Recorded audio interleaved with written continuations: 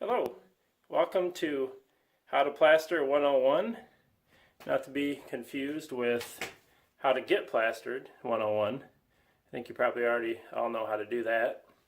But anyways, see the wall behind me? It's pretty rough looking, pretty ugly. What I did was, let me just switch this around here. What I did was I took a shelving unit out over here behind these pipes and knocked all the loose stuff off the wall, and I wet the wall down because water is a good bonding agent. If you don't believe me, just go jump in a lake, see what you get. So these walls are pretty rough, but there's actually limestone behind these walls. Anyways, there's actually limestone behind these walls, but they had plastered over them. At one point, the customer was getting water in the walls from the outside, so they took care of that the water issues on the outside. And typically, you don't want to plaster over these limestone walls. What you want to do is what you see over here. Is you tuck point in between the stones and you leave it intact, but they had already plastered over it over here, so we're gonna do a little plastering over here and try to make these walls look a little better. Pretty rough looking right now, but they'll look better once we get done. Okay, so what we're gonna do is get our tools. Hopefully you can see everything okay here. Gonna get our tools, a hawk and a trowel.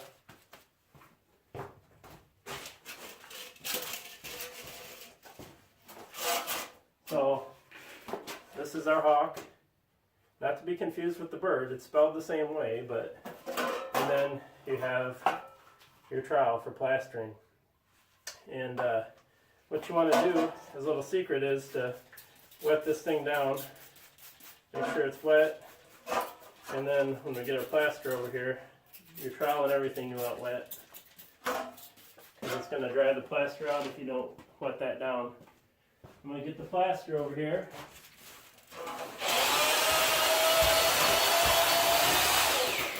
Mix it up one more time.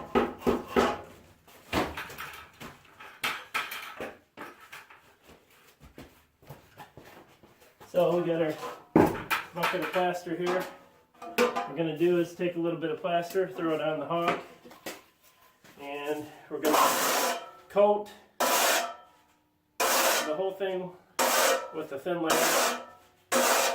And what that does is it helps the plaster to stay on there better. When you tip it, it's still going to slide a little bit, but it's not going to just slide right off. So, oops, got to hang on to your trowel.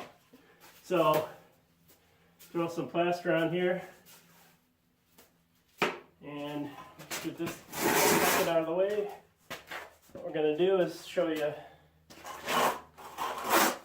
get some plaster on your hawk, on your trowel, and you're going to put it on there. This is kind of a messy process, but we're going to just kind of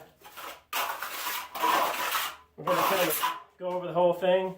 It's not going to look, real pretty, but it's going to be a lot better. It's going to be solid and intact, and if the customer wanted to, they could have it painted later to make it look better too. But for now, I'm just going to do this. So you can kind of work it in, up, and then down. You can kind of put some of this again on the ground. So to fill in some of these voids. And then you just keep working it. Typically, what you can do to make it easier, and you probably can't see this down at the floor level, but you can start at do the perimeter.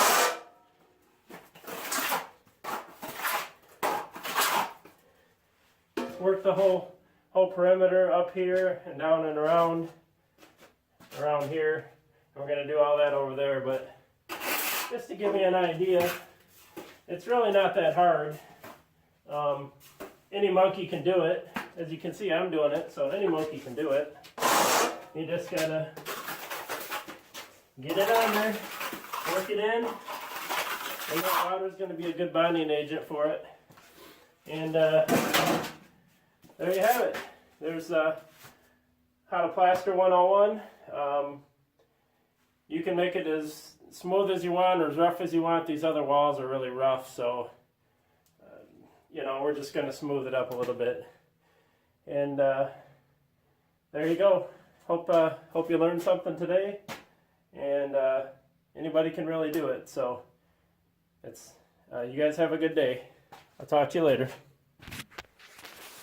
Okay, so we got one section done here. I got one section done. I gotta let that just dry some and then I'll touch it up. But I mean, you know, it just gives it a more solid look and more solid base. These walls are pretty nasty. They're pretty old. So, like I said, typically you wouldn't want to plaster over them, but since they had already done it, you know, instead of tearing everything off and starting over, or doing like I did on the other side of the basement with the stone and tuck pointing it, we're just going to give it a nice coat. And it can always be painted later.